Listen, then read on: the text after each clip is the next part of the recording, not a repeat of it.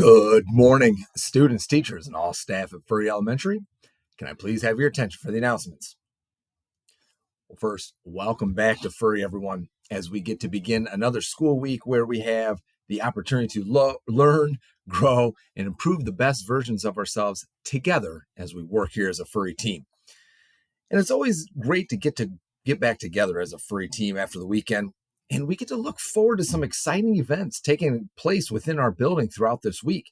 It's Right to Read Week here at Furry, and we have our Furry Literacy Night later in the week. And it's always nice to have these fun events to look forward to and use to connect with one another as pirates. And we're going to be connecting as readers. And speaking of connecting through reading, we're continuing our One School, One Book reading of The Water Horse. And we're getting closer to the end of our story with only a few more chapters to go. And over the weekend, the story takes us through a little bit of time as Crusoe grows and even gets to celebrate his first birthday already. So we go from seeing him just hatching in the bathtub to already being a year old. And that water horse, or Crusoe, is continuing to grow and now is like a pet to Kirsty and Grumble and Angus. But they have to work hard together to train Crusoe to be a little more independent and to not trust all the humans that may come to the water where Crusoe lives. And in fact, toward the end of our reading, some hikers show up and are even looking into Crusoe's locking. And this makes our characters nervous that he may be seen. And Crusoe's been able to remain hidden so far, but we'll see what happens as we continue reading through the end of the story. And now, as we get ready to begin our school week and begin this Monday, let's get our minds right by being ready to own our 20 square feet, by being ready to give our best efforts, and being ready to work hard to make this Monday here at Furry a great start to our school week.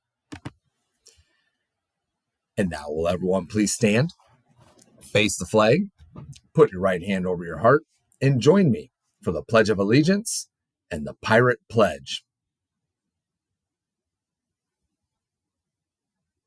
I pledge allegiance to the flag of the United States of America and to the republic for which it stands, one nation, under God, indivisible, with liberty and justice for all. At Furry Elementary School, we work to build trust so we can count on each other. We own our responses and take responsibility for our actions.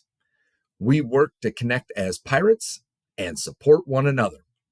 We learn the pirate way so we can be the best versions of ourselves.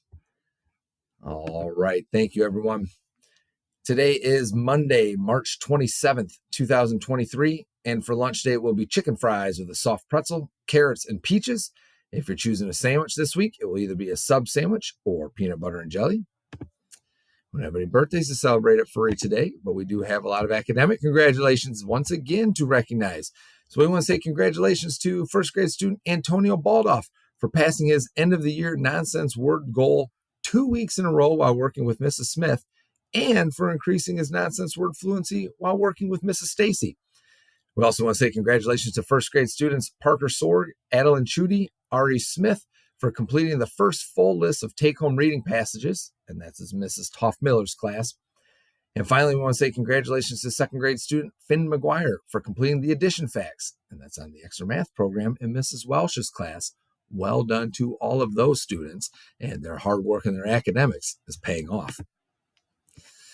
Now, one thing we're also doing with our Right to Read Week here in our One School to One Book is there are trivia questions that you'll be able to answer, and teachers will have a sheet for you to be able to put your answers down on. And each day we'll have a different question, starting with today. And today's trivia question from the Water Horse is this: where does the Water Horse take place? So we're looking for a part of the setting. Where exactly are they in the story of the Water Horse? And students with correct answers have a chance to win a free book. So good luck to you. And now let's take that moment to just press pause and get our minds right and start to think about, okay, what do I have to do to start my week off to make sure that I'm working towards being the best version of myself? And let's go ahead and first start by breathing in for 4 and hold. Now breathe out. All right, very, very good. Moving on to our other announcements. Just remember about our different readings for the Water Horse. We'll be finishing up this week, and tonight's reading is for chapter 9, and then tomorrow will be chapter 10, and we'll keep going through that final chapter of our book. And that's going to be it for the announcements this morning. So let's keep doing the work to build trust, to own, and to connect. Let's make it a great day, Furry.